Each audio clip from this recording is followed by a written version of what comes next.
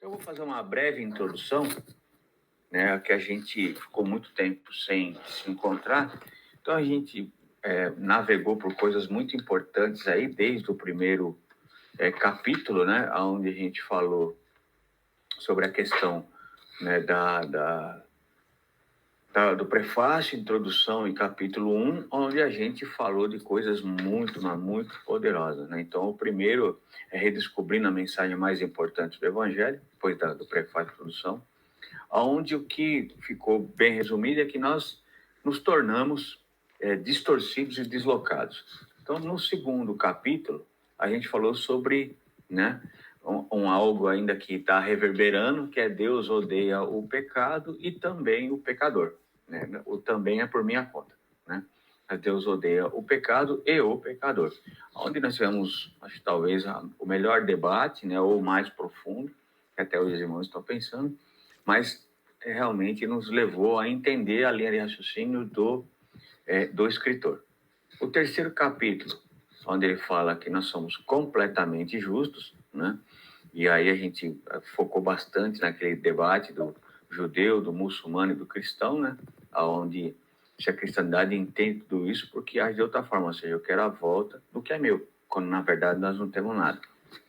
O quarto capítulo, que ficou o maior problema das escrituras, aonde ele fala, e a gente mudou o formato para 3 perguntas, onde a gente tentou expandir, né? Não sei se ficou bem claro naquele dia, que em função, né, do versículo citado, Provérbios 17 e 15, a gente poderia aplicar isso para outras áreas de abrangência, onde a gente falava que não só consentem, mas aprova aqueles que pecam.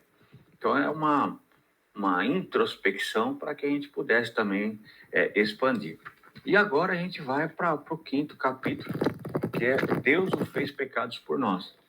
Então, essa mensagem, né, esse capítulo, ele é, ao mesmo tempo que ele é simples, ou seja, simples porque quase todos nós falamos sobre isso rotineiramente, quase todos nós temos, entre aspas, um entendimento sobre isso, mas será que nós temos a profundidade que isso nos requer, né? Então, agora eu quero, já feita essa introdução, eu quero passar essa parte para o Cauê, para que a gente possa agora tentar extrair o melhor do que a gente falou. Antes de só fazer uma parte, é importante que a gente tenha o significado da palavra, né, propiciação. Então, propiciação no grego, eu peguei aqui pela Bíblia interlinear, né? Então ele diz aqui, ó, a quem Deus propôs no seu sangue como propiciação, mediante a fé, para manifestar a sua justiça e por ter, na sua tolerância, deixado impunes os pecados anteriormente cometidos. Então, o texto de Romanos 3:25, a palavra propiciação aqui, ela é ilasterium, né? Eu tenho aqui a pronúncia dela correta. Então, tem um derivado de entregar-se, sujeitar-se no Strongs, né? Entregar-se, sujeitar-se, conciliar consigo mesmo, e correspondente à obra do teológico do termo 3.318, né? Desse dicionário teológico. Então, o que ela especifica? Que se relaciona com uma conciliação ou expiação, obter aplacamento ou poder expiatório, forma de conciliação ou expiação. Propiciação é usado para referir-se à cobertura da arca, da aliança no Santo dos Santos, aspergida com o sangue da vítima expiatória no dia anual da expiação. Esse rito significava que a vida do povo, a perda merecida por causa de seus pecados, era oferecida a Deus através do sangue da vítima, sangue que lhe simbolizava a vida. E que Deus, por essa cerimônia, estava apaziguando os pecados do povo expiados, perdão. Por isso a tampa da expiação propiciatória. 2, um sacrifício expiatório. 3, uma vítima expiatória. Então, dado a explicação, entre aspas, do verbo grego utilizado, quero passar agora a palavra para o Cauê para que ele possa conduzir essa nossa reflexão. Obrigado, Cauê, pela ajuda aí. De nada, de nada. Vocês estão me ouvindo bem? Perfeito. Eita, tô feliz. No final das contas, Roberto passou para mim, para o professor substituto, né? Não garanto a qualidade da aula, mas Vai ser até melhor. eu garanto que vai ter aula. Então, sim, é um grande privilégio, né? Então, agradeço tanto ao Gilberto quanto ao André pela iniciativa. Tô com meus garranchos aqui, né? Aqui. E em relação ao livro, eu gostaria muito de seguir o livro verso a verso, por assim dizer, mas não vou conseguir, por conta que já não tenho mais o livro físico, né? Nem eu nem minha mãe, por conta de forças maiores, né? E o livro que tenho, ele tá no celular, né? Eu tô no celular para falar com os irmãos. Então, eu vou seguir as anotações, claro que eu vou fazer menções constantes ao livro, mas não vou seguir aquela explicação verso a verso que estamos acostumados, né? E o Gilberto já fez uma boa introdução, né? Então, já vou dar início à aula com base nessa introdução, né? Capítulo 4, Paul Washer, ele fecha o capítulo 4 com uma grande questão, né? Que ele usa o livro de Provérbios para colocar, né? A questão de como Deus pode justificar pecadores, né? O texto de Provérbios fala que Deus abomina aquele que toma o culpado por inocente. Então, Paul Washer, ele, como se ele pegasse Deus, colocasse no banco dos réus e falasse, ó, você abomina quem toma o pecado por inocente, mas você fez isso conosco, né? Você pegou nós que somos pecadores e fez inocente. E agora, no capítulo 5, ele mostra como o próprio Deus, né, que propôs a solução desse problema. E o começo do capítulo, né, já o título, ele já é uma explicação bem clara de como Deus propôs isso, né? Ele fez pecado por nós. E esse capítulo 5, né, que vai da página 77 até a 95, o Paul Washer, ele divide em 3 grandes blocos, que vamos comentar aqui, que são 3 grandes perguntas, e vamos comentar cada uma delas nessa aula. Então, a grande primeira pergunta que o Gilberto já comentou, que é por que Cristo morreu? É o grande questionamento que o Paul Washer, ele começa logo no capítulo. Ele já começa respondendo a questão do capítulo 4. Por que Cristo morreu? Né? Porque tinha que ser ele. E aqui o Gilberto, ele já adiantou uma parte da aula, que é justamente a explicação da palavra propiciação, né? Que ele deu o contexto do grego, né, da palavra propiciação, que a grosso modo é tornar propício.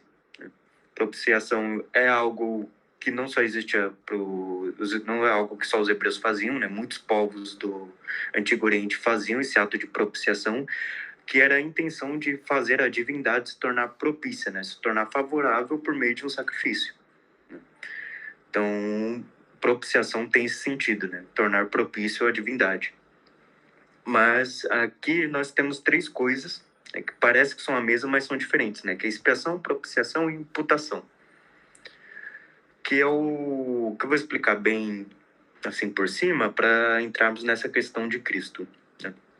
Então, voltando ao Antigo Testamento, né, aos sacrifícios, ao Yom Kippur, né, que era o grande dia da expiação. Tinha o cordeiro, que iria ser sacrificado, né? E primeiro, o que era feito era pegar o cordeiro e era imputado o pecado do povo no cordeiro. A imputação, ele já tem esse sentido de colocar dentro, colocar algo, colocar na conta. Então, o sacerdote, ele imputava o pecado do povo no cordeiro e sacrificava o cordeiro, né? Esse ato de sacrificar o cordeiro é o ato da expiação, que é o ato de você extrair o pecado. Expiação tem esse sentido de extrair. Então, pela forma de sacrifício, o pecado era expiado do povo. E tudo isso, tanto a imputação quanto a expiação, tinha como objetivo a propiciação, ou seja, deixar Deus favorável pelo pagamento do pecado. Como o próprio Deus vai dizer, né? O pecado se paga com a morte, pela morte daquele animal, o povo era acontecida a propiciação dos pecados do povo, ou seja, era pago ali, e o povo se tornava inocente daquele pecado. Já nesse capítulo, nós vamos explicar que isso que acontecia no Antigo Testamento era sombra, né? Quando o próprio Paul Washer vai explicar um pouco mais por que tinha que ser Cristo, aquele que devia ser sacrificado. Então ele vai entrar em detalhes, né, sobre o sacrifício do Antigo Testamento. Mas o texto de Romanos 3, 21 ao 26, o Gilberto ele já leu, né, que fala como Deus propôs o seu filho. Eu vou dar uma lida aqui, só que o texto do 21 ao 25, eu só vou ler o texto do 21 ao 26, e falta o livro, né, o livro físico, mas em compensação vai ter muita Bíblia. Então, vamos ler muito as Sagradas Escrituras. Então, vou ler aqui Romanos 3, do 21 ao 26. Eu vou ler as Escrituras mais como base para a argumentação do Paul Washer. Então, não vou me atentar tanto a explicar o que os apóstolos estão dizendo, até porque os textos são autoexplicativos, né?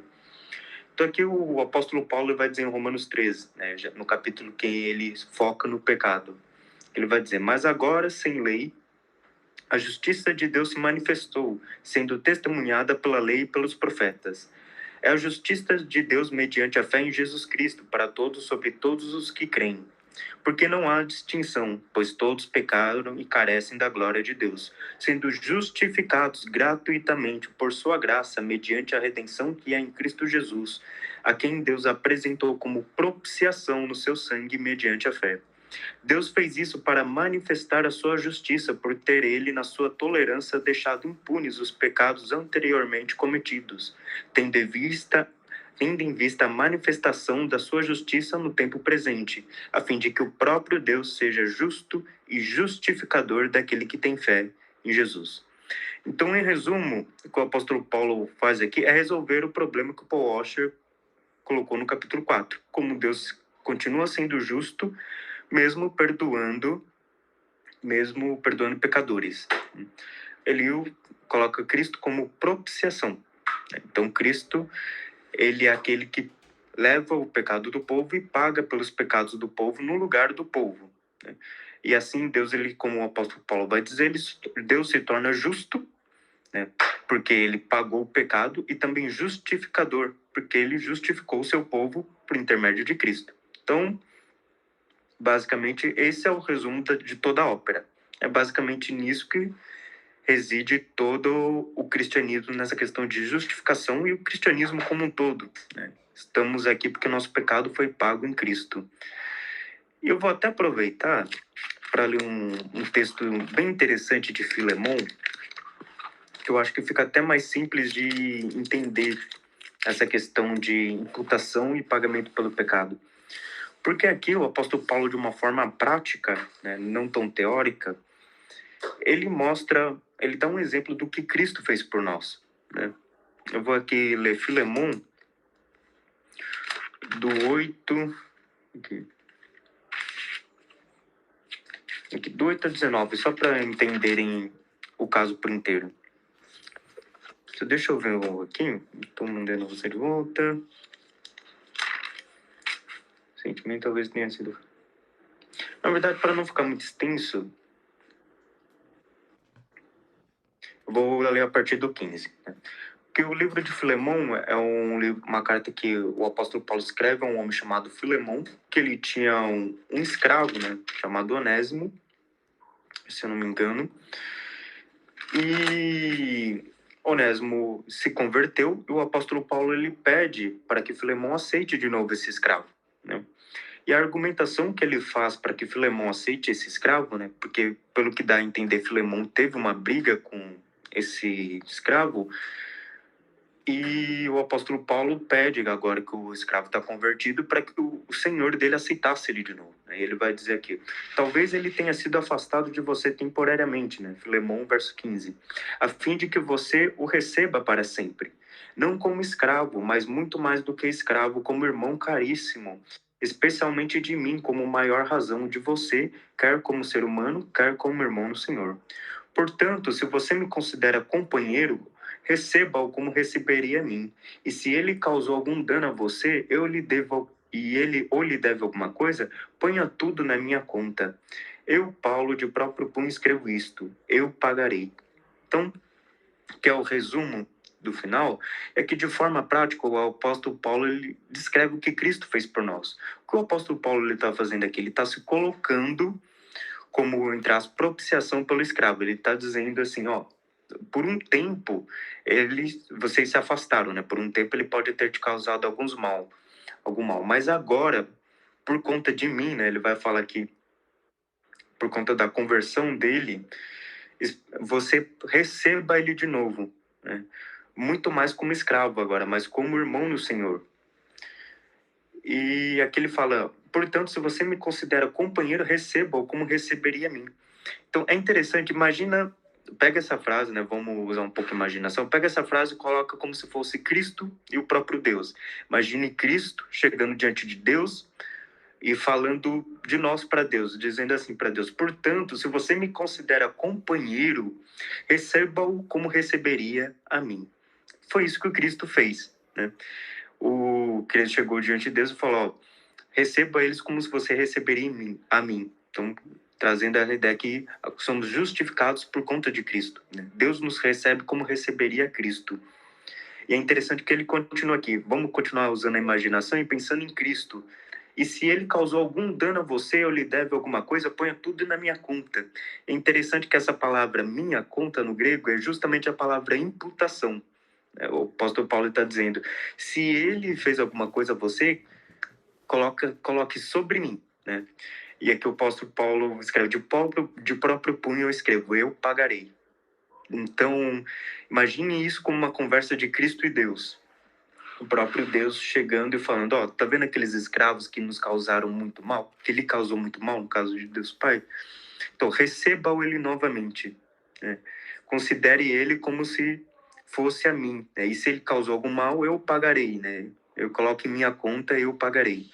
Então, que de uma forma muito prática, o apóstolo Paulo exemplifica, né, o que Cristo fez por nós na cruz, né? E aqui, para não tomar muito tempo, os irmãos entenderam? Ficou claro o motivo pelo que Cristo teve que morrer? Porque Cristo teve que pagar a nossa conta? Ficou alguma dúvida? Senão eu já continuo pro segundo argumento do Paul Washer. Acho. Não, na verdade, não dúvida, né? Mas é só uma colocação. Sim. O Paul acha no começo do livro, quando ele fala com basicamente o que você também disse, ele faz uma observação lá que diz que nós cristãos, a gente não a gente não conhece, mas a gente é endurecido a essa relação. Nós não somos endurecidos a relação, nós somos ignorantes a respeito dele. Então, sim, fazendo um paralelo entre essa ação prática que Paulo fez com o que a gente vê hoje, você acha que a gente está tomando a mesma prática de entendimento do que é essa propiciação, ou a gente imagina como se fosse uma troca apenas? Exatamente. E é interessante que o Paul Washer ele volta nesse assunto no final do capítulo 5. No final do capítulo 5 ele fala justamente sobre isso, né? Qual é a nossa reação diante do sacrifício de Cristo, né? O que fazemos diante disso, né? Mas isso aí já é o final, é o ponto 3 do Paul Washer. Mas tendo explicado o primeiro ponto, né? Porque Cristo tinha que morrer, agora entra o ponto mais extenso, o argumento mais extenso do Paul Washer, que é justamente porque tinha que ser Cristo, né? Estava claro que alguém precisava morrer em prol dos pecados, mas por que tinha que ser Cristo e não uma outra pessoa?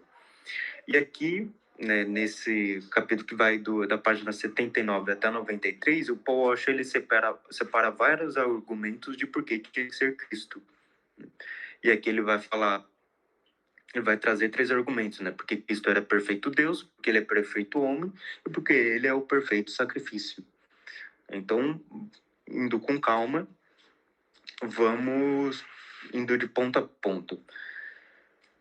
E aqui só para abrir, eu vou ler Hebreus 10, do 1 ao 7.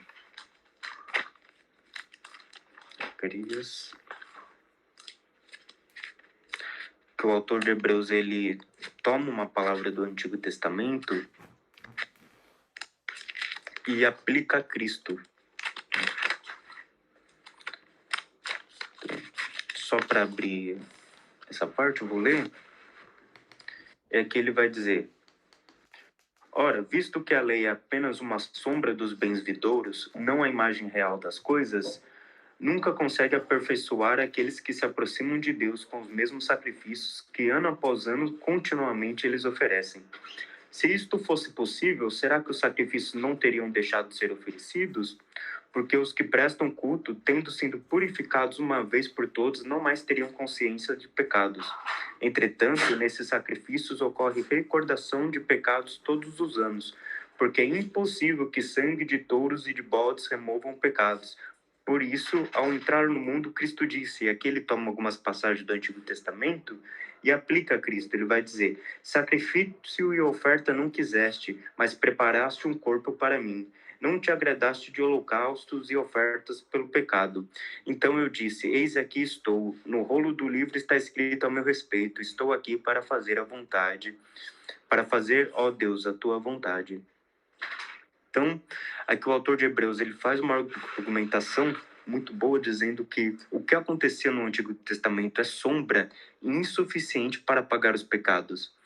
E, em seguida, ele mostra que Cristo, né, é o sacrifício perfeito. Né? E aqui ele vai dizer que, ele toma uma passagem do Antigo Testamento e diz que sacrifício de oferta tu não quiseste, se referindo a Deus, mas me deste um corpo para que eu pudesse ser esse sacrifício, né? Então, diante disso, vamos entrar nas argumentações do Paul Washer, e ao longo dessa argumentação, ele vai bem explicando esse trecho de Hebreus, né? De Hebreus, porque Deus escolheu a Cristo. E aqui, o primeiro argumento que ele traz é o fato de Cristo ser perfeito Deus.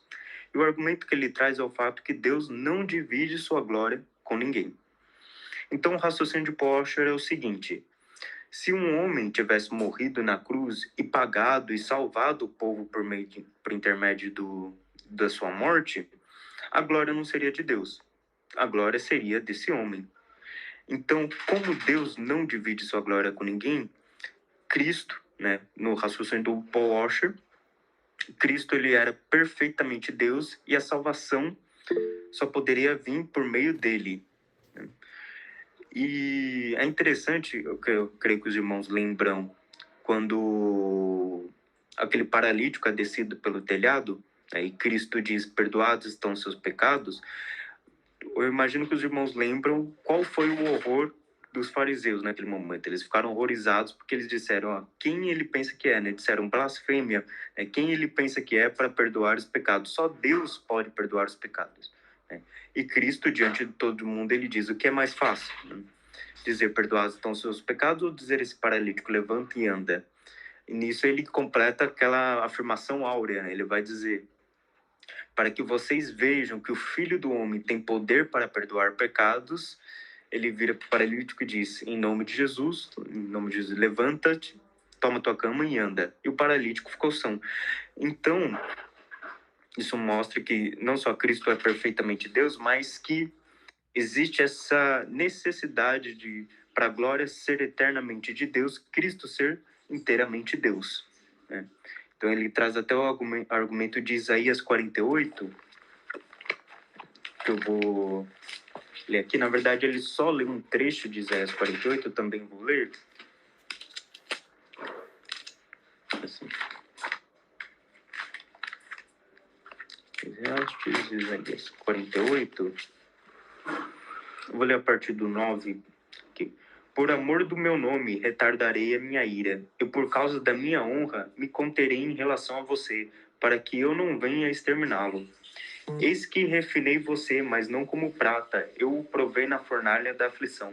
Por amor de mim é que eu faço isso. Pois como seria profanado o meu nome, não darei mais ninguém a minha glória. Então, o Paul Washer, ele pega apenas o trecho final, né? Não darei mais ninguém a minha glória. Mas é um dos argumentos que Paul Washer ele usa para dizer que Cristo tinha que ser Cristo, porque Cristo era perfeitamente Deus. Né? Outro motivo é o fato de Cristo ser santo, né? O Porsche, ele vai dizer que ele é triplamente santo, né? Trazendo aquela visão de Isaías, né? Quando Isaías contempla a glória do Senhor. E isso também já era prefigurado no Antigo Testamento, né? Que o Cordeiro ele tinha que ser perfeito, sem mácula alguma, porque Cristo também ia ser perfeito, né? Os animais eram sombras de Cristo. E por que isso é importante? Porque se Cristo tivesse algum pecado, quando ele morresse na cruz, ele estaria pagando pelos seus próprios pecados. Ele não estaria pagando pelos pecados do seu povo. Então, Cristo ele não tinha que ter nenhuma mácula, ou seja, nenhum pecado nele, para que ele pudesse ser um sacrifício puro pelos pecados dos outros. Então, vou até ler o argumento que o apóstolo Paulo faz em 2 Coríntios, do 5 ao 21.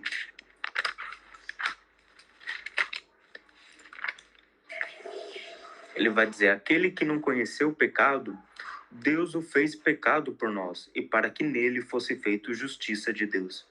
Então, novamente aqui, o Porsche, se eu não me engano, ele usa também esse versículo para dizer que Cristo, ele era Deus e por conta disso purificado, né, livre do pecado, e embora ele sofresse tentações, né, como o autor de Hebreus vai nos dizer, ele não pecou em nenhum momento, se tornando assim um sacrifício puro e sem mácula diante de Deus, né?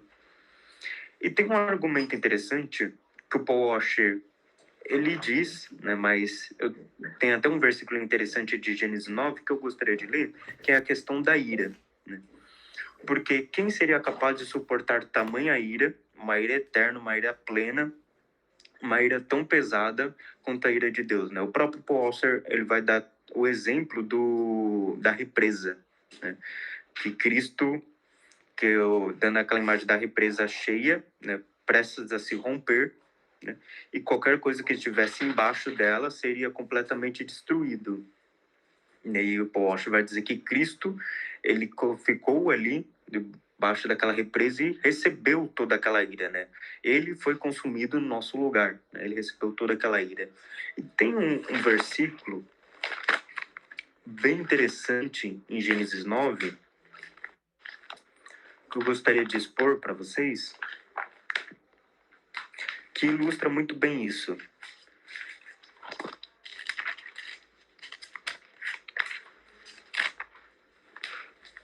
Que é Gênesis 9, apenas o 12 e o 16, o próprio Deus vai dizer a Noé, né? Deus disse: este é o sinal da minha aliança que faço entre mim e você, entre todos os seres vivos que estão com você, para todas as futuras gerações. Porei o meu arco nas nuvens e ele será por si sinal da aliança entre mim e a terra. Quando eu trouxer nuvens sobre a terra e nelas aparecer o arco, então me lembrarei da minha aliança firmada entre mim e você, e todos os seres vivos e de todas as espécies, e as águas não mais tornarão em dilúvio para destruir todos os seres vivos. O arco estará nas nuvens, e eu o verei e me lembrarei da aliança eterna entre Deus e todos os seres vivos de todas as espécies que há sobre a terra. O que Deus está dizendo com isso? Infelizmente, a nossa tradução ela perdeu um pouco da beleza desse texto por conta da palavra arco, né? A gente sabe que esse arco que Deus se referia era o arco-íris, mas esse arco no hebraico ele tem um sentido bélico, porque não existe outra palavra para arco no hebraico. A palavra que é usada aqui é justamente a palavra arco no sentido de arco de batalha, arco de flecheiro. E o que Deus ele está dizendo? Que porei meu arco nas nuvens. Se você vê o arco-íris, né, ele forma aquele do arco, mas imagine no sentido hebraico. Ou no sentido hebraico, aquele arco é um arco bélico. E com aquela curvatura, ela fica apontada para onde? Ela fica apontada para cima, né? Então, o que Deus ele está querendo dizer quando porei meu arco nas nuvens e toda vez que eu olhar para aquele arco, eu lembrarei da aliança que eu fiz com vocês e não destruirei a terra. Aquele arco simboliza que agora, como Deus já foi retratado no Antigo Testamento, né, como um flecheiro que dispara flechas contra os infiéis, agora esse arco não está apontado para a terra, mas para o próprio Deus. Naquele sentido do arco-íris, do arco assim, né, apontado para cima, né, com a parte da argola apontado para cima. Então imagina o arco virado para cima, apontado para o próprio Deus. Então o que Deus, em resumo, ele está dizendo? Quando eu mandar a chuva, eu vou olhar esse arco e eu vou ver que ele não está apontado para a terra, mas para mim. Porque ninguém pode subsistir a minha ira a não ser eu mesmo. Então me lembrarei da minha aliança e não destruirei a terra. Então, em semente, o que ele estava dizendo a Noé? Olha, não mais apontarei o meu juízo para a terra, mas para mim mesmo, prefigurando Cristo, né? Que como sendo Deus, né? O próprio Deus apontou o arco, né? Ou como Jesus vai dizer no Getsemane, o cálice da ira. Cristo tomou esse arco, e sendo ele Deus, o único que poderia suportar tamanha ira. Então Deus, resumindo o ponto do Paul Washer, sendo Cristo perfeito Deus, a glória pertence somente a Deus.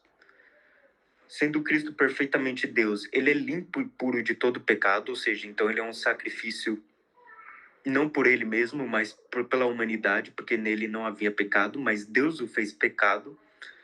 E por fim, Cristo é o único que poderia suportar tamanha ira, sendo ele Deus. Então Deus, ele aponta o arco para si mesmo e ele mesmo toma o próprio cálice da ira. Então, nenhum humano conseguiria sobreviver ao que aconteceu naquela cruz. E quando eu falo sobreviver àquela cruz, não estou falando assim do ato da crucificação em si, por mais que ele tenha sido doloroso, mas sim do pano de fundo disso, de todo a represa, né, que Paul Washer vai dizer que caiu sobre Cristo, né, de todo o pecado da humanidade que foi cometido antes e que era cometido naquele momento e que foi cometido depois, que caiu sobre Cristo, e Cristo sendo Deus, ele seria o único que poderia suportar. Então, dentro desse argumento, né, porque tinha que ser Cristo, esse é o primeiro ponto do Paul Washer, né, porque ele era perfeito Deus. O segundo é porque ele era perfeito homem, né? Então, em contrapartida de ele ser perfeito Deus, ele também era perfeito homem. E aqui eu vou dar início lendo Hebreus 2. Até o momento os irmãos entenderam? Tá tranquilo? Eu não sei se está claro, né, o que eu tô passando. Tá ótimo. Sim, pode prosseguir. Pode? Então, assim,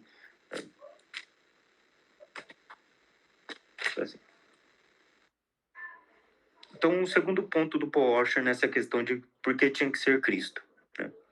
Primeiro, porque Cristo era perfeito Deus, e segundo, porque Cristo é perfeito homem, né? É que Hebreus 2, a partir do 10 e 11, porque convinha que Deus, por causa de quem e por meio de quem todas as coisas existem, conduzindo muitos filhos à glória, aperfeiçoar-se por meio do sofrimento o autor da salvação deles, pois tanto que santifica como que são santificados, todos vêm de um só. E aqui o 16 e o 18, nesse mesmo Hebreus 2, pois ele, evidentemente, não socorre a anjos, mas socorre a descendência de Abraão. Por isso mesmo era necessário que em todas as coisas ele se tornasse semelhante aos irmãos, para ser misericordioso e fiel sumo sacerdote nas coisas referentes a Deus, e para fazer propiciação pelos pecados do povo. Pois naquilo que ele mesmo sofreu quando foi tentado, é poderoso para socorrer os que são tentados. Então, que o autor de Hebreus está argumentando, e que o Paul Washer também argumenta, Cristo sendo perfeitamente homem, o fato de Cristo precisava ser perfeitamente homem, porque só homens, podem pagar pecados por homens. Então, assim, um anjo não poderia pagar os nossos pecados. Um Deus, por assim dizer, por mais que Deus tenha sido nosso criador e tudo mais, se um Deus pagasse o nosso pecado, o ser humano, no dia do juízo final, poderia apontar o dedo para Deus e falar: ó, você não sabe o que eu passo. Você não tem meu corpo, você não tem minhas aflições, você não tem minhas tentações. Então você não pode me julgar. Se fosse um anjo, o ser humano poderia dizer de uma forma: ó, você não sabe o que eu passo, né? Você não tem meu corpo, você não tem minhas tentações, você não vive no lugar em que eu vivo. Por isso Cristo tinha que ser feito homem, perfeitamente homem, para que no dia do juízo o homem se tornasse indesculpável diante de Deus. Porque se ele chegasse diante de Deus e falar, ó, você não sabe o que eu passo, você não viveu na minha pele, Cristo vai poder mostrar suas marcas e dizer, eu vivi, eu passei, eu fui tentado e eu sobrevivi a tudo isso.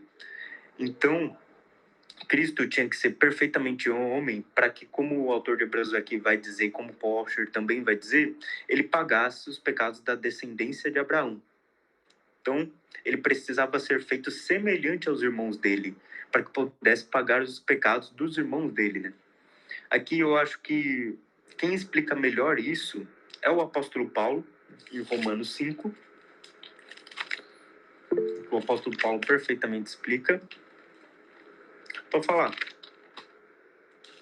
Não, só um lembrete lá que já deu, que tem 10 minutos para acabar a reunião, né? Sim. Então, aí é só um lembrete, porque aí você pode, se a gente não conseguir se concluir o raciocínio, a gente termina na segunda-feira já com a conclusão, só para ficar acertado. Eu vou terminar essa questão do poste e já ir por final e a gente já encerra. Então, o referente ao Romanos 5, a partir do 17, aqui.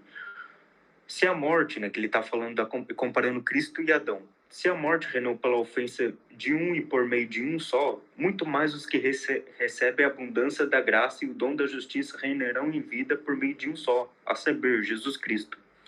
Portanto, assim como por uma só ofensa veio o juízo sobre todos os seres humanos para condenação, assim também por um só ato de justiça veio a graça sobre todos para a justificação que dá vida. Porque como pela desobediência de um só homem, muitos se tornaram pecadores.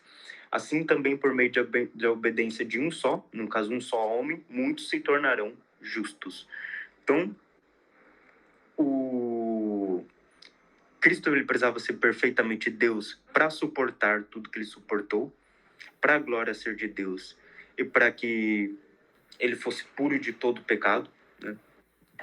E ele precisava ser perfeitamente homem para pagar pecados dos seus irmãos, para pagar pecados de homens. Então ele precisava ser perfeitamente homem por conta disso. O autor de Hebreus ele vai dizer que não temos um sumo sacerdote que não possa se compadecer das nossas fraquezas. Então, essa é a razão porque Cristo tinha que ser tanto perfeitamente Deus quanto perfeitamente homem. E aqui eu não vou ler o versículo que faz referência, mas ele, por conta disso, se tornou o perfeito sacrifício. Então, por ele ser perfeitamente Deus e perfeitamente homem, ele se tornou o perfeito sacrifício. E isso é muito importante, porque o que fez os pecados serem pagos não foi tanto o ato da crucificação. Por mais que a crucificação tenha sido horrenda, não foi aquilo que nos salvou. O que salvou nós foi o valor daquilo que foi sacrificado. Então, porque o valor de Cristo é infinito, aquilo que ele salva, né, o valor daquele sacrifício, ele também é infinito. E esse é o argumento do Paul Washer, o fato do valor de ser de Cristo. E aqui eu vou trazer até uma questão que ele trouxe no capítulo 4 e completa aqui no capítulo 5, do fato de por que a ofensa, né? Porque o pecado, por menor que ele seja, ele leva à morte. Porque o pecado ele é tão grosseiro, por menor que ele seja. Porque nem é a questão do, entre aspas, o tamanho do pecado, mas sim quem é ofendido. Então, eu vou dar um exemplo. Se você, por exemplo, você tem seu vizinho.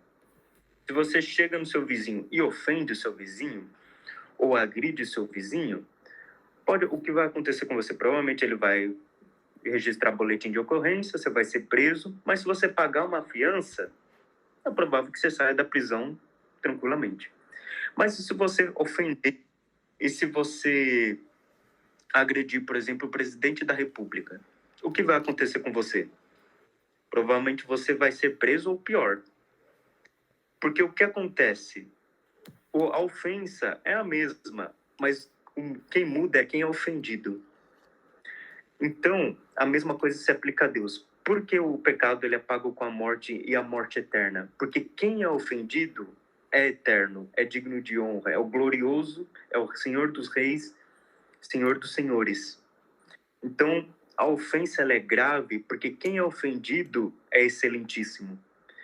Então, a mesma coisa é algo que a gente está acostumado. Então, a gente sabe que ofender uma autoridade é muito pior do que ofender alguém que não é autoridade.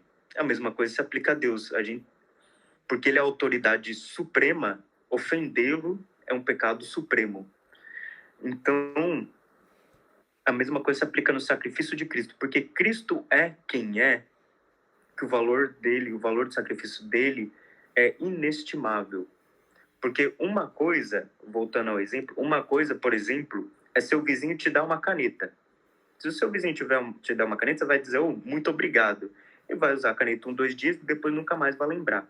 Outra coisa é o presidente da República te dar uma caneta. A caneta é a mesma, mas o valor dela é atribuído, é acrescentado pelo aquele quem dá. A mesma coisa é Cristo. Se fosse uma pessoa se sacrificando, seria muito bonito, seria algo maravilhoso. O próprio apóstolo Paulo vai dizer, né? Se alguém morresse por um justo, né? Que coisa boa seria. Mas porque Cristo é quem ele é, supremo Deus, santíssimo, perfeito homem, o judeu perfeito, o cristão perfeito, o valor do seu sacrifício é inestimável e capaz de livrar uma multidão de pecados. E com base nesse pensamento, o Paul Washer ele vai encerrar o capítulo 5 com a terceira pergunta e o terceiro raciocínio, né? Nossa reação diante disso. Como o cristão deve se pôr diante disso? E aqui, só para encerrar, eu vou ler um dos textos mais maravilhosos do cristianismo, que é justamente Filipenses 2, a partir do 5. E aqui o apóstolo Paulo, ele vai dizer, né? Diante de tamanho sacrifício, diante de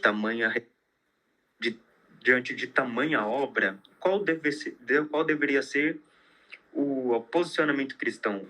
Como deveria ser o nosso coração diante disso, né? Como deveríamos nos portar diante de Deus e diante dos nossos irmãos, né? E aqui o apóstolo Paulo, ele vai dizer em Filipenses 2, a partir do 5. Tenham entre vocês o mesmo modo de pensar de Cristo Jesus, que mesmo existindo na forma de Deus, não considerou ser igual a Deus algo que deveria ser retido a qualquer custo. Pelo contrário, ele se esvaziou assumindo forma de servo, tornando-se semelhante aos seres humanos e reconhecido em figura humana. Ele se humilhou, tornando-se obediente até a morte e morte de cruz. Por isso também Deus o exaltou sobremaneira e lhe deu o nome que está acima de todo nome, para que no nome de Jesus dobre todo o joelho nos céus, na terra e debaixo da terra, e toda língua confesse que Jesus Cristo é o Senhor, para a glória de Deus Pai. Então, essa deveria ser nossa reação diante disso. Ter o mesmo sentimento que Cristo Jesus, que mesmo sendo Deus, ele se esvaziou, ele assumiu a nossa natureza. E o fato dele ter assumido a nossa natureza é em si uma grande humilhação, porque ele é Deus. Ele ter assumido forma de criatura já em si é uma grande humilhação. E nisso o apóstolo Paulo ele vai descendo, né? Além de ter assumido forma humana, se tornou servo e ainda padeceu a morte, a pior das mortes. E esse deveria ser o pensamento do cristão também. E é interessante aqui no final, né, já dando gancho para a próxima aula, que é o que o Paul Washer vai dizer, né? Ele é o rei de toda a glória, ele é o senhor de toda a glória. É interessante que o apóstolo Paulo ele vai dizer que Deus deu a ele um nome que é sobre todo nome. É interessante pensar que Cristo, ele é o único que é Deus por natureza e Deus por merecimento. Então, ele é Deus porque a natureza dele é divina e ele é Deus porque Deus, ele mereceu, ele suportou, ele passou, ele venceu tudo que venceu e Deus deu o título como merecimento para ele. Então, ele é duplamente, né, merecido, duplamente honrado, né? Tanto que quando o pai Giba foi pregar domingo, ele pegou justamente o versículo, né? Levantai vossas cabeças, ó portas, levantai suas cabeças, ó portais eternos, para que entre o Rei da Glória. A cena que é construída ali é muito bonita, porque a cena é o céu. Sabe a entrada de Jesus em Jerusalém? É isso que o salmista está fazendo, só que no céu. Como se os portões da cidade celestial se abrissem e Cristo entrasse por meio dela. E um anjo, ele anunciasse dizendo, né? Levantai vossas cabeças, ó portas. Levantai, ó portais eternos, né? Falando, abram-se os portões. Aí nisso ele anuncia o anjo, né? Para que entre o Rei da Glória. E nisso todos os anjos e patriarcas e cristãos, eles perguntam, né? Mas quem é esse Rei da Glória? Nisso ele aponta para Cristo entrando. Ele é o Rei da Glória, Senhor dos Exércitos, poderoso e temível. Ele é o Rei da Glória. Então ele fazendo essa ilustração de que Cristo, ele é Deus por natureza, mas Deus também por merecimento, né? Ele suportou, ele passou, e por causa disso, Deus deu a ele um nome que é todo nome. Então, esse encerra o capítulo 5, né? Ele fez o pecado por nós.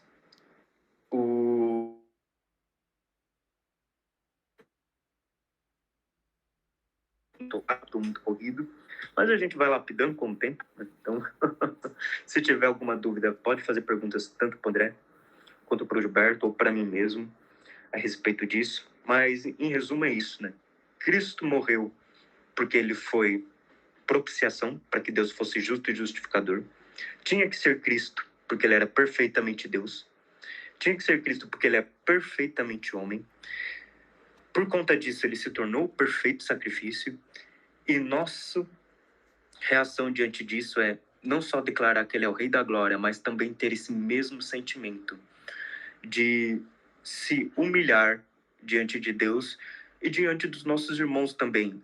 Porque se ele não tomou para si a glória que era a ele devida, nós também não deveríamos tomar, né? Então, não há doutrina que humilhe mais o homem do que essa. A doutrina de que ele é o Rei da Glória e nós éramos incapazes de pagar o nosso próprio pecado. Por isso, necessitamos de um Salvador. Amém? Queria pontuar o que foi dito lá na Conferência Fiel lá, que a gente até... que foi muito interessante, que falaram da cruz, né? Sim. Que a cruz de Cristo não era nossa, né? Muitas vezes a gente ouve falando que, porque a cruz que era minha, ele morreu na minha cruz, né? Mas, na verdade, a cruz de Cristo é a cruz de Cristo, porque só ele que poderia pagar, né? O preço do nosso pecado. Então, isso aí é maravilhoso, né?